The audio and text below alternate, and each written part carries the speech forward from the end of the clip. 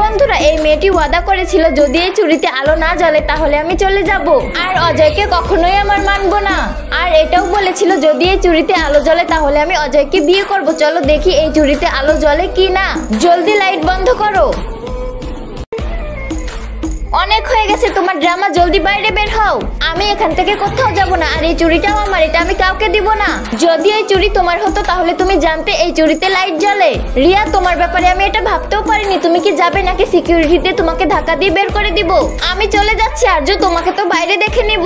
আরজু আজ কোম্পানিতে music programme, তুমি আমাদের সাথে চলো।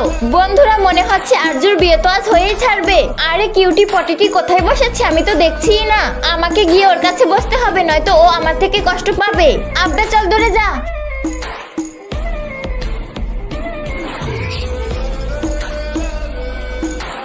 আমার তো মনে হচ্ছে অজয়ের মাথায় অন্য কিছুই চলছে, কারণ এত শান্ত ও কখনোই ছিল না। স্যার আপনি যে ছোটবেলার গিটার আনতে বলেছেন সেটা আমি নিয়ে এসেছি। আরজু তুমি বলেছো আমি তোমার ছোটবেলার বন্ধু, কিন্তু আমি এটা কিভাবে মানবো?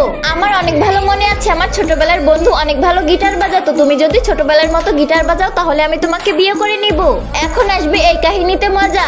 আরজু কি গিটার বাজাতে পারবে? অজয় কি আরজুকে বিয়ে করবে? দেখতে পারবে নেক্সট পার্টে।